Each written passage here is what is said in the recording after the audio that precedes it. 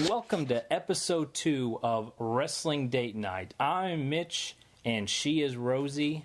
She is Rosie. Is that proper English? Yes. Okay, well, she is Rosie, and we are a married couple. We get together after the kids are going to bed, and we discuss wrestling. And today is a pretty long, tiring day. Am I correct? It's a very long day. Is it a lot of work to get you to talk wrestling with me tonight? I'm making it. You're making it? Okay. Well, we'll try to make it a little bit. It's been an eventful past few days. Maybe not good events. I think some people are more negative than positive about it. I'm a little optimistic. We had Survivor Series a couple of days ago. We had Raw last night. Normally we try to do these on Wednesdays. I say this normally. We've only done one before now. So we can talk NXT. But this is Thanksgiving week. So we've got to get this done because we've got to go see the in-laws, see your parents very soon. Got 3 kids. We got to get together. We're leaving tomorrow. Should be a fun Thanksgiving weekend. So no lollygagging. Let's get right to some news. And according to reports, Lana, the former Ravishing Russian, I guess she still is the Ravishing Russian, she has nuclear, I'm using quotes, nuclear heat in WWE. This goes back to the story of when she got the engagement ring posted online, and Vince McMahon wasn't happy about that. And within the past week, she was sending tweets to Paige about how Paige was a bully in NXT, and apparently people backstage didn't really like this. So Lana we might not be seeing her for a while, and that's more out of punishment. Are you going to miss Lana? I mean, it's a little ridiculous. Why not? I mean, Paige is a bully anyway, so why not use those tweets to play it up and get a little rivalry going when she comes back? Yeah, use it. If that's real feelings. But maybe that's the point. Maybe it's all real and they touched a nerve, and if it's not what they planned on doing, then that's... Yeah. I don't know. That's just kind of stuff going around. And maybe it's nothing. Maybe that's just stuff they're planning. The next bit of news, we got like 3 bits of news here. The next one is Solomon Crowe was released. He asked for his release from what I was reading, and WWE granted it. Are you going to miss Solomon Crowe from NXT? No, I'm not. What's your favorite Solomon Crowe memory? I don't have one. Oh, that's the me problem. neither. He never really stood out to me. Yeah, apparently he was really good on the independent scene. I didn't really know much about him. He came in, and WWE didn't really do anything with him. That typically happens. Yeah, it's true. And the last bit of news before we jump into a Survivor Series recap is Cesaro. The great Cesaro is injured. Oh, man. He has shoulder surgery, and apparently it's going to be 4 to 6 months is the estimate. Well, he can hang out with Seth Rollins, I guess. Man, think about the injury list right now. You got Cesaro, who's injured. Seth Rollins, of course, who's injured. Let's see, I think Randy Orton's out with injury.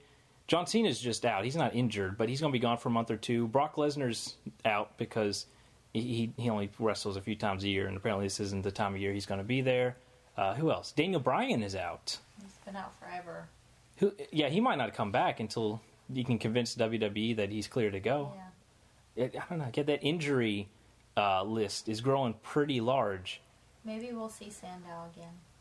Well, they're running out of talent. I mean, they made Sheamus their champion. Do you think that's out of because they had nobody else? I don't know. I just think that was a big screw you moment to everybody watching. I was listening to a podcast. Don Tony, Kevin Castle. You never heard of them, have you? No. Yeah, I mean they're dudes that are fairly good at what they do. But I think one of them today, if I remember right, was saying that he believes that Sheamus was, cashed in because WWE just kind of wanted to say screw you to the fans. Be like, if you're not going to cheer him and you're going to boo Roman anyways, I'll give you somebody to boo. I mean, that was kind of the gist of what he was saying. I mean, do you think WWE just hates everybody right now and just wants to give them the middle fingers of Sheamus? I think so. All right. It's not good. But let's go into that night. Survivor Series. I'm going to run through the list of what's happened here. And I got a couple questions. And if there's any big discussion points, we'll go from there. First up, Roman Reigns defeated Alberto Del Rio in semifinal match. And then Ambrose defeated Kevin Owens in the semifinal match. That was followed by a 5-on-5. Ryback, the Usos, Lucha Dragons defeated New Day, Sheamus, and King Bear. It should be notable that only one of the New Day guys got eliminated, and they all just walked out. Charlotte defeated Paige for the Divas Championship. Tyler Breeze defeated Dolph Ziggler. The Brothers of Destruction, Kane and The Undertaker, defeated 2 of the Wyatts, but they also dismantled the other 2. So they pretty much killed them all with no problem whatsoever.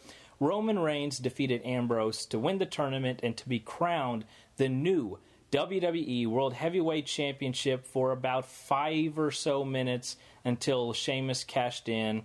Bro kicked him on a pile of confetti and took the belt, and everybody's like, what the crap's going on with Sheamus?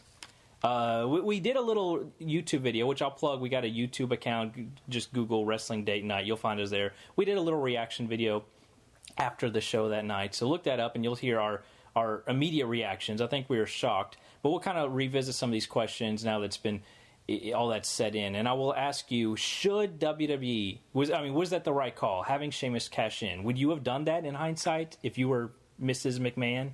I wouldn't have done it. I wouldn't have done most things that they've done in the past year. And this was one that was definitely at the top of the list. I mean, if you're going to have Money in the Bank holder cash in with some good momentum, it should have been Sandow. Never should have been Sheamus. Nobody cares right now about Sheamus. That's why he's like relegated to these crappy tag team matches that just nobody cares about. You're still bitter about Sandow. I am. I agree. Damien Sandow was so over. Everybody wanted him to be. And that match he had with John Cena, I still remember that. That was an awesome match. But that's why we have Sheamus. Because we don't want him. Yeah. Maybe he's the title holder that we deserve. Is he like the Batman? Yeah. However the heck that goes. But not good. Not the one we want, but the one we deserve or something. It's whatever's the negative there. It is a big negative. Let's see, the other point, it's not a question, but a point I wanted to talk about is, I just simply wrote the Wyatts are losers. And they shouldn't be. But... we got a cat. I don't understand Cat why scratch on the door. They had to let Bray Wyatt take out Dean Ambrose for the sake of building this rivalry with The Undertaker, only to have The Undertaker win every single time. Yeah. It's ridiculous. After, let's see, what happened last month? When they stole the souls, was that after the match against Brock Lesnar that he first walked him out? And he didn't even do anything, just after Brock Lesnar beat him up. Picked him up and walked away. So he didn't even really do anything. Brock Lesnar did something, and they, like vultures, picked up apart the scraps. I think they did legit beat up Kane like the next night on Raw, and they took him back, and then they did the whole I stole their souls and got weird, crappy pyro effects of lightning. But then nothing happened. Yeah. Oh, yeah, and then The Undertaker and Kane single-handedly defeated all of them in one encounter on Raw. And then the next week on Raw, they sent out a bunch of druids, and The Undertaker and Kane killed all of them. And then we go into Survivor Series, and they have this match against 2 of them. They destroy Eric Rowan before the match even starts. They beat Luke Harper and Bray Wyatt in the match, and really there was it was one-sided. And they also eliminated Braun Strowman during the match by double choke slamming him.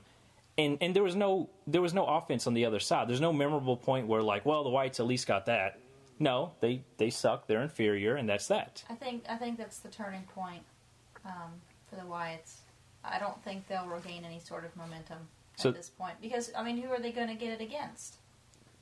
I don't know. Well, they beat the Dudley Boys on Monday Night on Raw, but the Dudleys, like, they're second-tier tag team at this point. Who cares? They came back, challenged New Day. They lost their momentum, and now they lost to Wyatts. And losing to the Wyatts that's like losing to Heath Slater anymore. I know. They're not a credible threat anymore. I just don't see how in the world they can salvage this gimmick. Yeah. I mean, they can beat Dean Ambrose, but anybody can beat Dean Ambrose. Apparently.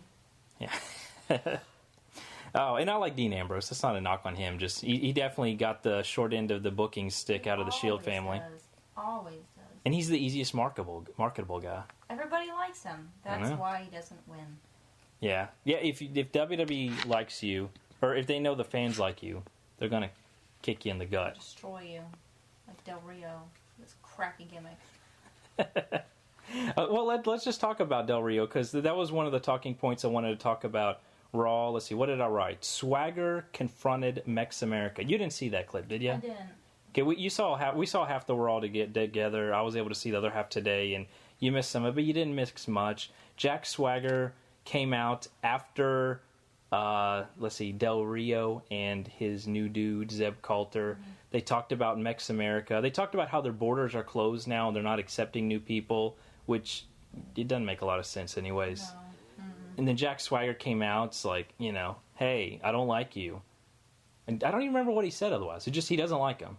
And he wants to fight. There was going to be a little scuffle in the ring. Like, he got in the face of Del Rio, and Del Rio kind of walked away like a coward.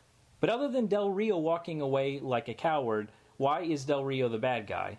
Because Del Rio and Zeb Coulter are tolerant of each other. They're inclusive. They don't think people should hate each other. And Jack Swagger's kind of like the old, the backwoods redneck guy, saying, hey, remember when we didn't like the foreigners? We should go back to that. I mean, the booking's weird. It's WWE. Yeah, I don't know who they're appealing to. Apparently nobody. I haven't seen too many, thumbs up for this. So what would you do right now? I would immediately separate Del Rio and Zeb Coulter. Would you give any explanation to it, or just all of a sudden he comes out one week and he doesn't have Zeb Coulter, and people be like... if you want to give it an explanation, whatever, I'm sure they could think of something marginally better than what they're doing now. Yeah. But Del Rio needs to be a wrestler, first and foremost. I agree. What about Jack Swagger? Does he go back to irrelevancy, or can he still stick around somewhere? He can hang out with Zeb if he wants to. Yeah, they should put them back together. I liked them as the real Americans. I liked them as the guys that challenged Rusev. And, I mean, it ruined it when he never defeated Rusev, one time, pretty much. But, yeah, I don't know. Poor Zeb. Poor Jack. Poor Alberto. Yeah. Poor cat scratching at our door. That's probably being able to hear in the background. Also on Raw, the big thing going on is Sheamus is the new champ. I liked his opening promo when he's like, who looks stupid now? He's a good heel. I mean, he's no Seth Rollins, but he's a good heel. He really embraces the backlash that he receives, and he thrives on it. I'd say he's a better heel than Seth Rollins. I mean, Seth Rollins is far better in the ring than most people, and I think Seth Rollins should be more of a baby face. I do think Sheamus is more suited to be a heel. Yeah. I mean, you can tell he really relishes in goading the crowd and really pushing their buttons. I mean, Seth can do it, but he doesn't seem to get as much enjoyment out of it, I guess. The one major thing against Sheamus, and I think this has been said to death, everybody agrees with it, is he's just been booked like a loser for the past few months. Well, that's why it doesn't make any sense. Yeah, all of a sudden, like, if Heath Slater randomly somehow walked out of Survivor Series, I feel like I'm picking on Heath Slater today. I mentioned him a second ago. Mm-hmm. But if he walked out of Survivor Series as a champ somehow by some weird loophole, I think that would have about as much credibility as Sheamus at this point. Because Sheamus has been a loser. I agree. I mean, they really basically said Money in the Bank doesn't mean anything at all. Yeah. And Sheamus is the champ. I liked his promo going into Raw. When Roman Reigns came out to confront him about it, he was blindside attacked by Rusev. And Rusev, we found out, is on his side. And in the main event, I'll jump to that, he faced Roman Reigns. And Sheamus was in the background, just hanging out nearby, while they had their match. And at the end, the match ended with Wade Barrett coming out and giving a big old bullhammer to Roman Reigns. And I guess they call them the European Alliance. I don't know if that's just what fans call them or whatever. But remember, they were teaming together a while ago. They kind of quieted on that for the past month and a half or so. And now they're back together. And I like that trio together. I would like them better if they won and appeared as a dominant threat. And since Sheamus has the belt and where he's positioned at this point, that might be the case. So King Barrett and Rusev, are they going to tag at this point? I think that would make sense. At least they're like the henchmen of Sheamus at this point. I don't know, but I think that would make sense. Like the new J&J? Yeah, J&J, but might actually be a threat. I don't know. Probably not. I mean, J&J was more comic relief, and I like J&J security, but they weren't going to win the tag titles at that point in their careers. No. But I think Rusev and Sheamus could be. But they would have to feud against New Day, and that's not going to happen, because New Day are heels too, and they're kind of friends of the Authority. Yeah. I saw somebody online, one of those What Culture articles talked about good things on the internet, and they referenced somebody on Reddit that said there needs to be, very soon, a skit where New Day visits Seth Rollins in the hospital, kind of like the old Mick Foley skits when he visited Vince McMahon. Yeah, they need to do that because that's comic hilarity. Awesome. That would be really awesome. And New Day, that's my next big point of Raw, and we'll also talk about how awesome they were in Survivor Series because they really are consistently an entertaining thing about the wrestling. If somebody asks me, like, why do you watch wrestling? A lot of it I'm just kind of like, I don't know. But New Day, I can say they're hilarious. And on Monday, they talked about the power of opportunity, poo, and they had a good laugh at that. At Survivor Series, and you talked about this on the YouTube video. And that's Woods' hair. Yeah, you named that as the MVP that's right. of Survivor Series. But they're so good, and they came out with the gigantic unicorns on their head on Monday night, and Big E was very inappropriately riding that horsey. I always have to cover my eyes. It's I mean, this is stuff I can't let my kids watch. I know. All the gyrating and, I mean, no thanks. Have you ever seen the Moms Against WWE account? I have. You could be the mom against WWE, and you could be like, Big E, you pervert with your hips. You stop that right now. That's why we can't let our 2-year-old girl watch it. But yeah, the New Day are awesome. They faced off against, they did that open challenge. This is going to be this country music and open challenge. Oh, it was great. Lucha Dragons came out, and then the Usos came out, and they were like, nah, we're not going to do it. Nope. So I guess that's going to be a setup for TLC. Ugh. You not like the idea of that combination of teams together? I don't like the Usos. As long as they're there just to give some depth to the... They'll talk. They're terrible talkers. I know. I'm telling you. But not as bad as the Lucha Dragons. Well, no, equally as bad. I know. And we need a tag. We need Enzo and Big Cass. Yeah. We need someone that can go toe-to-toe on the mic with Xavier Woods. Yeah, with all the injured people and how depleted the roster is right now would be the perfect time to call up a bunch of NXT guys. And what are Enzo and Big Cass doing right now? Nothing. Yeah, why not? Bring them up. And to have them opposite New Day is gold. Oh, it'd be great. I mean, I don't care if they're all heels. Just to hear them go at each other, like, they should have a tournament to be, like, top heel. Well, Enzo and Cass, they'd be babyfaces, wouldn't they? Oh, I'd make them heels. You think so? Man, I think people want to cheer along too much. Face. Well, they've been babyface, haven't they? It's debatable. Think so? I think of them as heels, but... Huh. I've always thought of them more as babyfaces. Of course, like, there's a lot of teams that could go either way in NXT. Like, Vaudevillains, I think, could easily be babyfaces and could easily be heels, and there'd be no real difference in the character. I think they're face. Yeah, well, I agree with you. 100%. But I think they could be heels. They have manners. They do have manners. That's right. It's hard to boo chivalry. But, I don't know. Yeah, there's great things in NXT. It sucks that we're not recording this on Wednesday night, so we don't have a big NXT discussion, because that's awesome. Let's see. The one other thing that I wrote about Raw, and you didn't see this either, the guitars don't phase Ryback. Did you know that? What? Yeah. Well, they did another skit about country music sucking. In addition to New Day, Heath Slater came out. Oh, Heath Slater. Yeah, they gave him time actually on TV to talk in the ring, and he had a guitar, and he's like, country music sucks, and I'm going to tell you all about good music, and he went on and on and on. Finally, when he was about ready to play, you heard Feed Me More. Ryback comes out, and he just kind of comes out, does his normal pose, and as he's posing...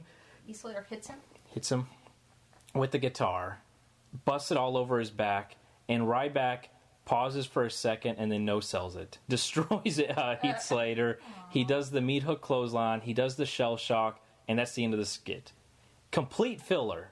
Absolute 100% complete filler. Poor Heath Slater. I know, I like Heath Slater. I miss Slater Gator.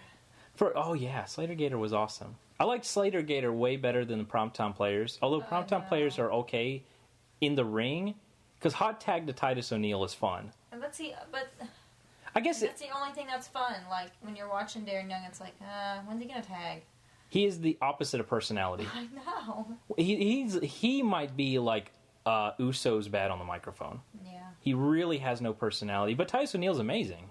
He's pretty good. That promo he shot with Stardust, that was pretty... I thought it was entertaining. I don't think you did, but I thought it was entertaining. I'm trying to remember it. He was pointing out like constellations and stuff. Stardust got mad because Titus O'Neil pointed one out. He's like, that's not real. That's not there. And he's like, yeah, it's right there. And, you know, they did the gator thingy he does.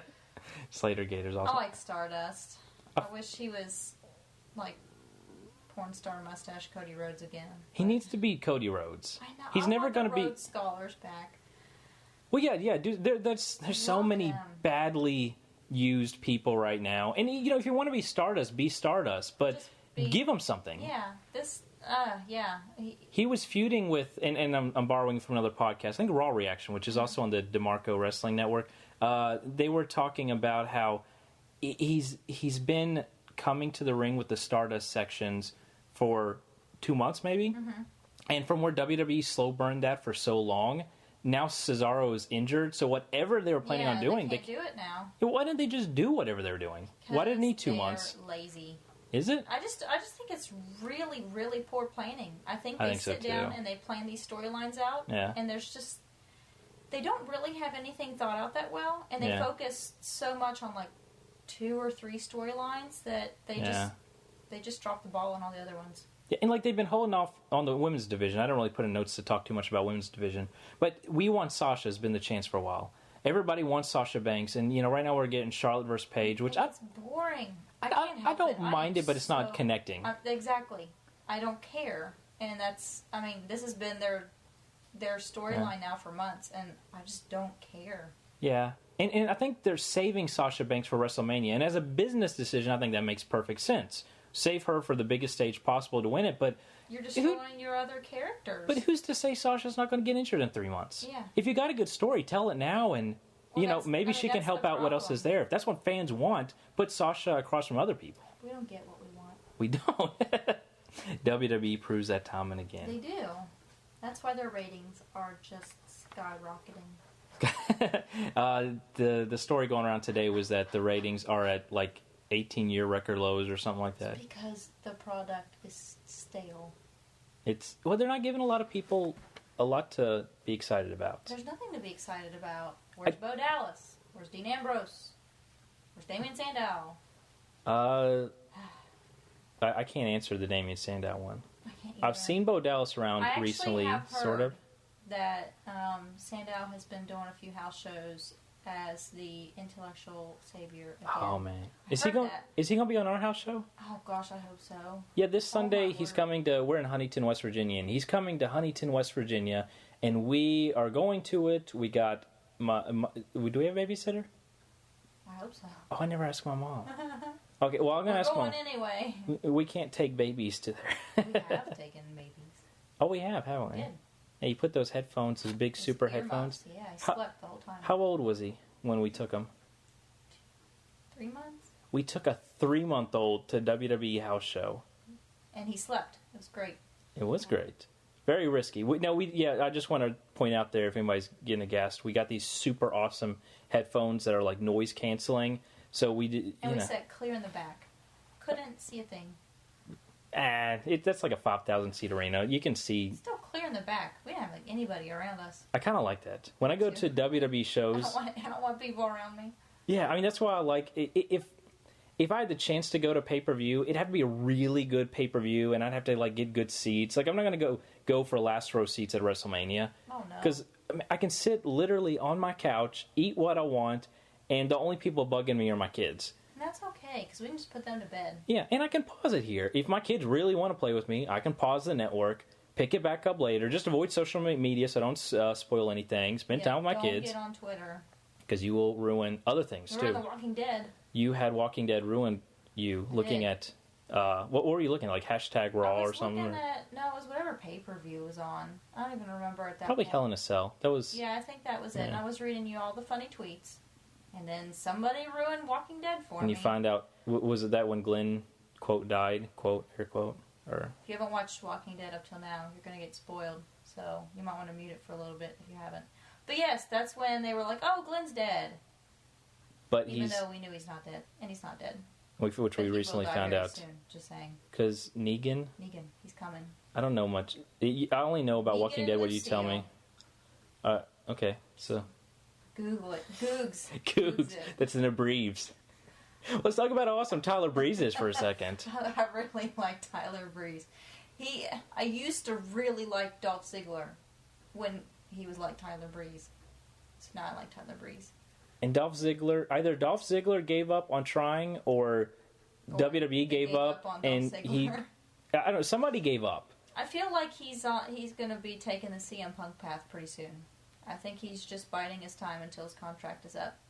Do you think he just gets to the point where it's like, you know what, I don't really care anymore? He has tried so hard for so long, and they keep tossing him back. I mean, they kind of dangle the treat in front of him and then take it away. And they haven't even dangled. The last time they really did anything with them was Survivor Series last year when he was the last guy. Ago, yeah. Yeah, it was a year ago last Sunday.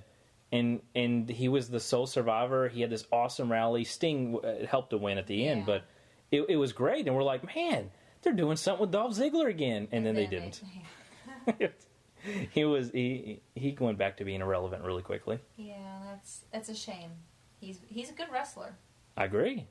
He's fantastic in the ring. And him versus Tyler Breeze, it's like, well, at least Tyler is getting somebody great to work across. It's a shame that they can't bring back Ziggler's old gimmick. Like, I would love to see, like, prissy prima donna Ziggler and prissy prima donna Tyler Breeze. He's better as a heel, of course, but then he's pretty much Tyler Breeze, I guess. I mean, not the same, but I think it'd similar. Be a perfect feud. What if they were fighting over who is the king of Cuteville? Or, I can't remember all the different monikers, but and they could be a team because, like, there was a Zoolander and a Hansel. They feuded and they were together to take out Mugatu. Is that how you say his name? Yeah. And what if they did? Like, they just need a Mugatu. Like Twin Power. And Twin Power? Like, how's that work? Tyler Breeze rolls out of the ring, and then Dolph Ziggler with his bleached blonde hair rolls back in, and he gets the pin. Gets pinned, and they're like, "Oh, like Twin Magic." Yeah. There you go. You're saying Twin Power. I thought it was like still a Zoolander thing. Like someone's gonna throw a throwing star, and Tyler Breeze stops it with his look. He could. I think so. But I love the chemistry he has with Summer Rae. And Summer Rae's somebody that I thought was just a waste for a while. I'd hate her with the Rusev. No chemistry whatsoever with Ziggler. And now all of a sudden she's with Tyler Breeze. Perfect. Yeah. It's a perfect pairing. They actually got something right for once. Yeah. Well, yeah, keep giving people opportunity. And, if they're really trying, it'll work. But, I don't know. I'll be optimistic. Hopefully this is something we like for a while. And it's a pairing that works. I'm so negative about the product. Well, it's been weird. It's been downhill since the Shield broke up. You're still hoping for them to come back. I still have my shirt.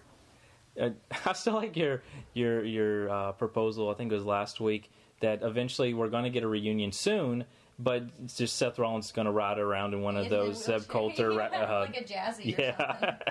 And they'll still be there, but he's. I would love it. Well, they didn't turn Dean Ambrose or Roman Reigns like everybody speculated, and they did the Sheamus thing. Speculated, and they're like, guys, this makes way too much sense. We cannot do it. People might actually like that. Hold on there. Our shareholders would get way too excited. Okay, we just need to hold it back. But since they're both baby faces, and maybe they can hold off and be baby faces until Rollins come back, because when he comes back, he's going to be a baby face. Oh yeah, he's going to have to be, because he'll get replaced by Sheamus, I guess. Whoever is the pet of the week. And then, I don't know. I don't really see how they're going to go from there. Okay, so let's see. The final thing, this might be a short podcast this week. TLC is December 13th, so that's 3 weeks away or something? Yes. The only match we know of right now is the headlining match, Sheamus versus Roman Reigns for the WWE World Heavyweight Championship. It'll be a tables, ladders, and chairs match. We saw at the end of Raw that after the European Union, all those three guys, I guess it's called European Union, Roman Reigns got his vengeance and beat them all up with the chair. Mm-hmm. So I figured next week he's going to put all of them through a table, and then the last week he's going to do a shooting star press on off of a ladder onto a wall. I disagree. Yeah, I don't think that last part's going to work. It's going to be a DQ. You think so? Well, yes. When we actually get to the match, though, Roman Reigns versus Sheamus at TLC, do you finally just give Sheamus a belt and say, hey, well, let's throw you a bone? Are they going to do that, or are we going to get a few months of Sheamus? I think we'll get a few months of Sheamus. Think so? I just don't think they want Reigns in that. As much as they're pushing Reigns, I think they're at the point where they're like, we just can't do this right now. I think Sheamus is going to hold on to it for a while. I'll see how it develops. And I mean, it's way too early to make picks. I'm at the point where I feel really bad for Roman.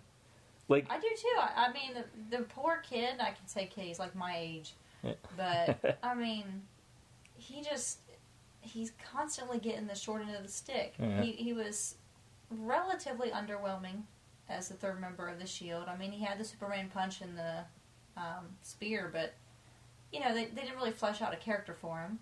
Yeah. And then the second the Shield splits, are like, all right, let's get him the title, and everybody hates it.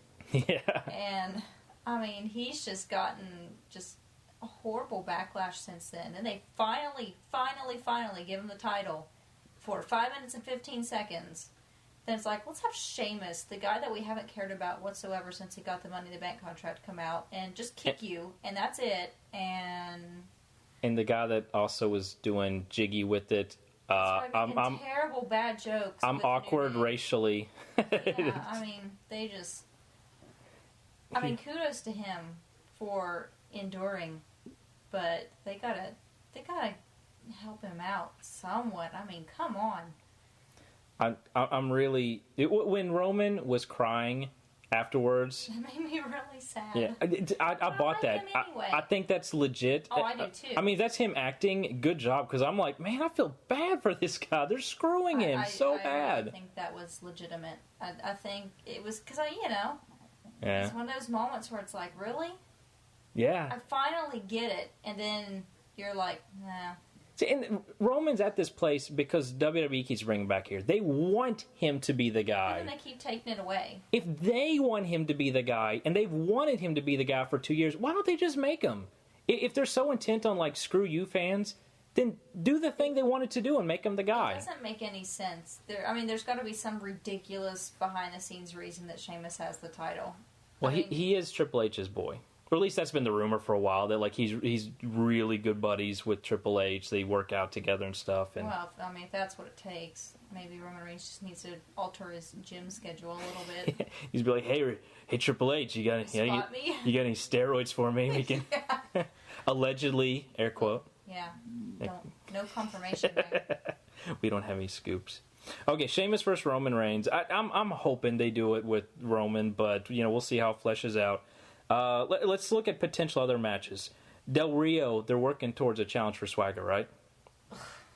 That's my reaction, but that's what they're working for, right? But Del Rio deserves better. He better not lose, and it better be a one-time thing. I don't want a few months of this. Yeah, I want to see Del Rio really kicking some butt. I want to see him, doing what Cena was doing. Yeah. I don't care who wrestles me. Face just good get competition. out there and face Neville. Face somebody that can wrestle. Oh yeah, I want to see. I mean, I really want to see him run the gamut of these superstars. Okay. Also, we got Kevin Owens. He's got an Intercontinental Championship, and they were building towards. It looked like an Ambrose match. I think they probably will go ahead and pull the trigger on that. They got a good reaction to that semifinal match. I mean, that was a good match. I would really rather see Ambrose in the title shot arena, but if he's got to get dropped down to. At least that's a good matchup that everybody wants to see, and it's for a title. It'll help keep the Intercontinental title a little relevant. I don't think it's going to not be relevant. I think as long as Owens has it. Yeah, he's too entertaining. He's great. Yeah, they should let him hold that for a while. The Divas stuff, it looks like Charlotte, when she defeated Paige at Survivor Series, she had her arm near the rope and it cut him off, and they're going to fight, I guess? I guess. So boring. I don't care. Okay. And the last thing, speculating, going off of a Monday night alone, New Day will probably do a Lucha Dragons Usos 3-way. Maybe they'll put a fourth team in and do like a 4-way and throw a tables match in there. Throw the Dudleys in there and it'll be a tables match. Do you want... No, it's stale. But as long as New Day wins, I don't really care who they face. That's true. Give them a 10-minute promo and a 5-minute match, and I'm happy. I agree. It's getting stale. I mean, they really got to stop with this, 8 million tag team participant matches. I mean, it's just boring. We'll make somebody look credible. Well, that's the thing. I mean, you got to make someone rise to the top. You can't just have everybody at the same level. Yeah, if everybody is just being built up to be a challenge to New Day, to lose to New Day. I mean, I'm happy with New Day continuing it, but let's at least put new faces in there. I don't want to see Lucha Dragons and Usos for the next 6 months. We will. Yeah, maybe. Whatever. Okay, that's about all I have for my notes. This is going to be a shorter podcast. Is there anything you want to say before I do a couple plugs and end this thing? I really, really want a Bo Dallas shirt. Is that a Christmas request? Yes. Okay. You also have a Percy Jackson book that you need to tell me about that I need to buy. A lot of stuff that I need. Okay, well send me a list, because... I did. Did you already? I did multiple times. Okay. Well, let's see. Plugs. We have a YouTube channel now, don't we? Yes. Google Googs Wrestling Date Night. You'll find us. We got a pilot up there. No, we don't. We don't have a pilot. That's on a personal account. Look for episode 1. I got my first ever pro wrestling crate. That's the Mick Foley Top Rope Tuesday thing. I did an unboxing video of that. We got a reaction of Survivor Series. And we're also putting our podcast up there in video form, although it's just a picture and it's our podcast. But if you're listening to this podcast, you're most likely listening to it on the DeMarco Wrestling Network. Get on iTunes, search DeMarco Wrestling. We're there. Also, it's sponsored by the Yes, with an exclamation point, Yes Wrestling Facebook group. Join that. There's tons of good discussion. It's almost intimidating. There's so many people, constant discussion going on.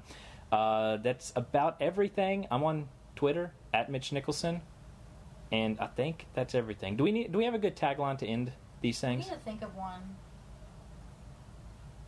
Believe that. Like that. I'll just mix a bunch of stuff together. No, gotta have some more. Oh, no.